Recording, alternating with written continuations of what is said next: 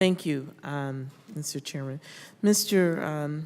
Pat, in your testimony, you mentioned a need for a comprehensive electric vehicle or EV infrastructure plan. I represent this Detroit. I represent the Motor City. I have GM as world headquarters.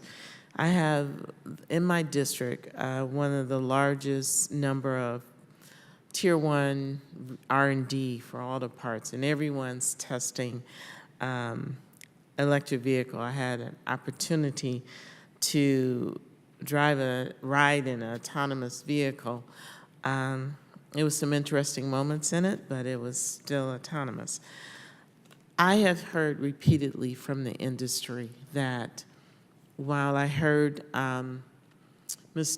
Barna say he did not want regulations, but we must move forward to a national plan when we start talking about autonomous vehicles and our infrastructure plan for electric vehicles. Please tell me how you and your colleagues can help us move faster in that discussion, because it is, for me, a giant failure if we are going to be behind the eight ball. All the technology is ready and every state is trying to implement their own plan, and then we are actually hindering the real success of innovation if we don't have a national plan. So would you please comment on that? Thank you, Representative Lawrence. My wife was actually a teacher at Renaissance High School in Metro Detroit. Oh, cool. Yeah. So from there, just spent the weekend there. And our vice chair, our chair next year is Gary Smith from General Motors, head of global Yes. R&D. And so Detroit gets it. Detroit gets Michigan is a hotbed. There's all kinds of activity around the country. I think you have a great question. And we have to find that right balance of regulation that creates a level playing field and standards for everybody, that doesn't then stifle the innovators that are working in Contra Costa County or in Ohio in order to move forward. On the EV piece, I think it is generally accepted that the future of transportation is electric automated. It's not in the next couple of years, but over the next coming decades. This has an implication for gas tax revenues and others. But I think that the innovators are out there, whether in California or Michigan or around the country. We just need to provide a level playing ground and framework. And USDOT is taking strides in this realm, but I think the next authorization can take some important steps there. Have you all gotten together to say this is a plan that we think will work? Or are you resting on the shoulders of the brilliant minds of Congress to present a plan? So we have our association represents over 30 states, cities, private sector companies, research institutions, and so we have a task force that will be meeting on reauthorization needs. We're already having those discussions now because while we have great faith in Congress's ability to provide good legislation, we want to provide the best input possible. And I just want to be on the record, great innovation is not solely in the hands of Congress. It has to have all hands on deck. And I'm always concerned at the speed and the progress. We get there eventually, but this technology is one that we really need all hands on deck so that we can be efficient and be timely so that we're all moving forward together. So your task force, I really welcome some input.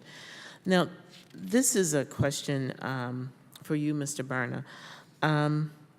I am a person who really gets the crisis that we're having in our skilled trade and our workforce. As we innovate, as we move forward, our workforce is not moving at the same pace. So, we need the educational community on board, but we also need you, the innovators, and those in corporate America to be a partner. Can you talk about how in the state of Ohio, are you looking at your workforce for autonomous vehicles and for connected vehicles? How are you building that workforce, and what type of opportunities are there going to be for American workers in your field? Chairman Graves, Representative Lawrence, that's another great point you do, and it's a As I mentioned before, next to safety, workforce is the #2 question we get. We created a group within Drive Ohio that specifically focuses on workforce development. All these projects that we showed on the slide around the state of Ohio has to have a workforce development component to it. So as we do each of our projects, it's not just a bunch of engineers sitting in a room trying to develop connected technologies. We actually have academic partners, private sector partners, and we're looking at a workforce component to each of the projects. So we're involving community colleges. We may go to the high schools. A lot of our meetings to which we hold in Drive, Ohio, our last one was at a STEM program. So we have a group under the direction of Rich Granger, the state of Ohio, who actively gets involved with folks developing curriculum. And what we do is look at curriculum surrounding this type technology. So if we go and install some of the infrastructure for one of our projects, there's terms we use as onboard units, which you put these receivers, transceivers in cars, or roadside units is the receivers, transceivers on the highway. We're actually getting the students involved to be able to help install the technology. It's not that easy. Where we see opportunity. I do want to say, because I know my time is running out, that's exactly, I really appreciate how you have looked at not only the innovation, but the educational of the workforce. And I want to really engage you and with your representative as we talk about workforce so we can use best practices around the country. I yield back my time, and thank you so much, and I'm excited about the flying car that will be coming soon. Thank you.